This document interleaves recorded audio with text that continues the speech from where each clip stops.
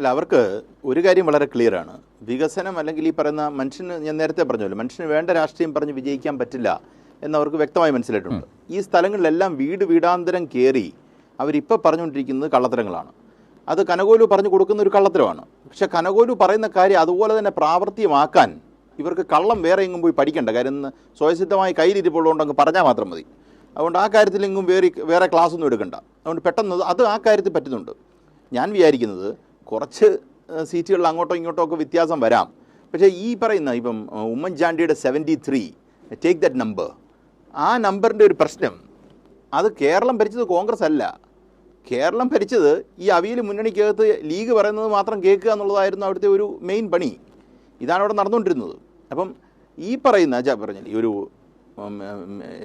Minority അല്ലെങ്കിൽ majority കിട്ടുകയാണെങ്കിലും ഈ നമ്പറിൽ കിട്ടിയിട്ട് കോൺഗ്രസിന് എന്ത് ചെയ്യാനാണ്? കോൺഗ്രസിൻ്റെ കോൺഗ്രസ് അങ്ങോട്ട് വി ഡി സതീശൻ വെളിയിലിറങ്ങി പോകുമ്പം രമേശ് ചെന്നിത്തല അകത്തോട്ട് നോക്കും എന്ന് പറയുന്ന അവസ്ഥയായിരിക്കും അത്. കാര്യം അവർ തമ്മിലൊരു സെൽഫ് റെസ്പെക്റ്റോ ട്രസ്റ്റോ ഒന്നും ഇല്ലാത്ത ഒരു പൊളിറ്റിക്കൽ പാർട്ടിയാണ്. അപ്പോൾ ഇത് മാധ്യമങ്ങൾക്ക് ഇതിനൊരു താല്പര്യം കാണും. കാര്യം എന്താ? താണ്ട് രമേശ് ചെന്നിത്തല ഇറങ്ങി, അല്ലെങ്കിൽ പറയുന്ന ഒരു വി ഡി സതീശൻ കയറി ഡൽഹിയിലേക്ക് പോകുന്നു, അവിടുന്ന് ഇങ്ങോട്ട് വരുന്നു, എല്ലാ ദിവസവും വാർത്ത കിട്ടാൻ സാധ്യതയുണ്ട്. കാര്യം ചിട്ടയായിട്ടൊരു പ്രവർത്തനമില്ല, ചിട്ടയായിട്ടൊന്നുമില്ല.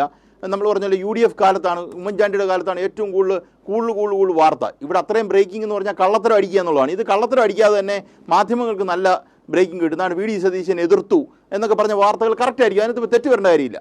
ഇതാണെങ്കിൽ പിന്നെ സ്വർണം അതിനകത്തൂടെ കൊണ്ടുപോയി, അല്ലെങ്കിൽ ഈന്തപ്പഴത്തിനകത്ത് വെച്ചു, പിന്നെ കോടതിയിൽ പോയി കള്ളം എല്ലാം പറഞ്ഞു കഴിഞ്ഞാൽ കോടതിയിൽ പോയി സിംഗിൾ ബെഞ്ചിൻ്റെയും ഡിവിഷൻ ബെഞ്ചിൻ്റെയും സുപ്രീം കോടതിയിലും എല്ലാം ശകാരം പിന്നീട് കേൾക്കേണ്ട വരും, കോസ്റ്റ് കൂടെ ഏൽപ്പിച്ചു കൊടുക്കും.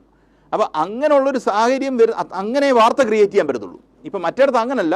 ഇതല്ലാതെ തന്നെ ക്രിയേറ്റ് ചെയ്യാനുള്ള ഇഷ്ടം പോലെ ഓപ്ഷൻ ഉണ്ട്. കാര്യം കുഞ്ഞാലിക്കുട്ടി സാഹു വീട്ടിൽ നിന്ന് ഇറങ്ങിയില്ല എന്ന് പറഞ്ഞാൽ അപ്പോൾ വാർത്തയാണ്. കാര്യം അപ്പോൾ മന്ത്രിസഭ താഴെ പോകും.